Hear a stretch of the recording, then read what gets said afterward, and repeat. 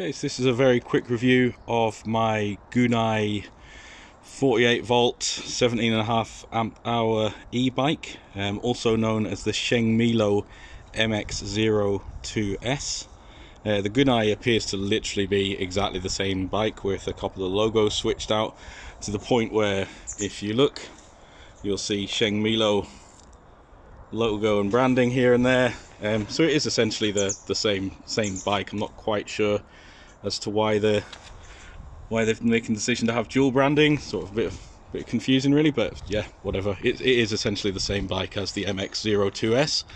So I've just had it out for my first run out. It's really something else actually. It takes a bit of getting used to the speed of the bloody thing. It's really fast. You can see I've changed my speedo to miles per hour.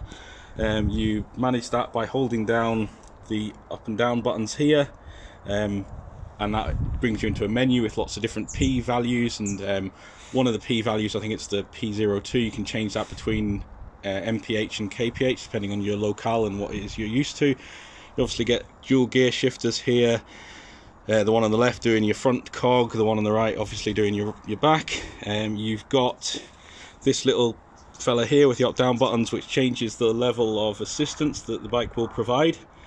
Again, the assistance wise, you can have it either not assisting you at all, so it's entirely your own pedal power. You can have it with pedal assisted, so as you pedal it will give you a boost, and then finally you can do full just electric, just full on, not having to pedal at all and just using this throttle here. So if I bump that off the ground a wee second, you can see as I turn the throttle.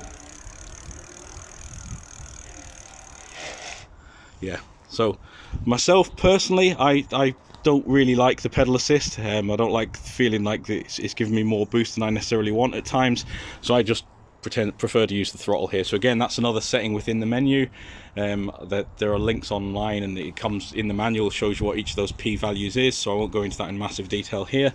On this side here, you've got a nice little electric horn. You've also got a button for your front headlight, which is also supplied with the bike,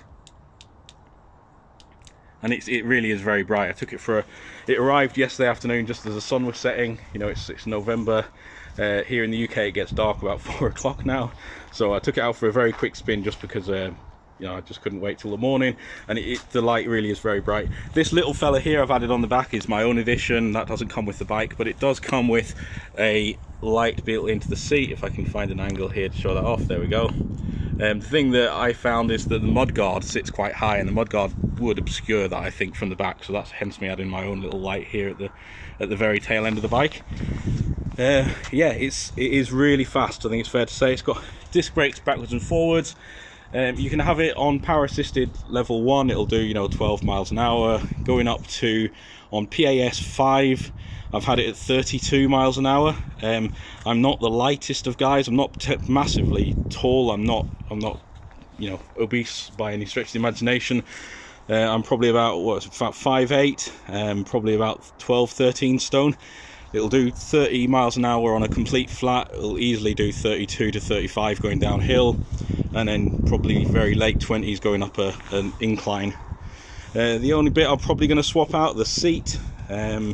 It's a little bit hard, a little bit narrow, so I might get something a little bit more comfy. The overall look of the bike, I really like it. I really like it. I think it looks, you know, you pay what, £1,400 for this off Amazon in the UK. I'm not sure what that is in dollars, what, $1,800-$1,900. So obviously the frame of the bike isn't designed to be an e-bike, so you get these cable ties holding your cables in.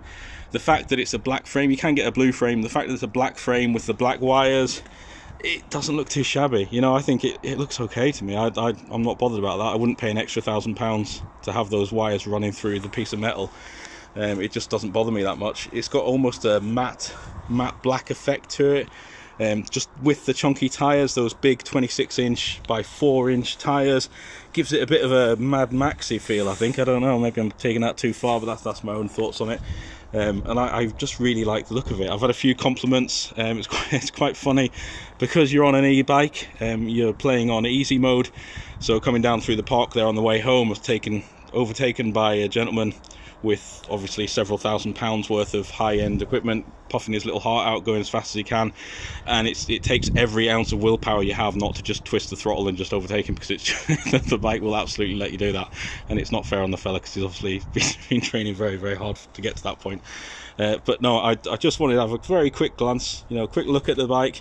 Looking online, you can see lots of videos from Shengmilo and from Gunai, which are just silent video, well, videos set to music. It doesn't actually tell you an awful lot about the bike, so I wanted to give you this opportunity to actually see the thing in the flesh, give you my first impressions on it. Yeah, really like it, really happy.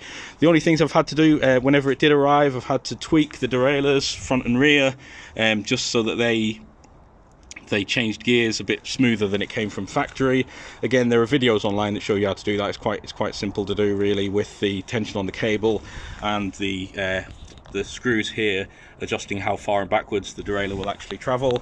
It's simply a matter of just lining that up with the gears. Again, I won't go into that here, that's a whole separate video, but it was simple enough to do.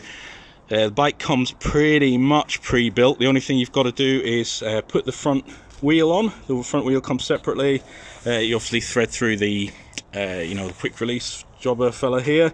I'm not a cyclist, hence my use of fantastic technical terms such as jobber. What else did I have to do? You have to put on the front light, the handlebars, adjust the seat height, and screw the pedals onto the actual pedal bits. But it comes with a nice little multi-tool. It comes with all the Allen keys and screw heads, and even a little socket set actually in that multi-tool, which I thought was quite impressive. But yeah, all in all, fantastic. I'll let you know once I've had it for a few months, let you know how I'm getting on with it, but first impressions couldn't be better.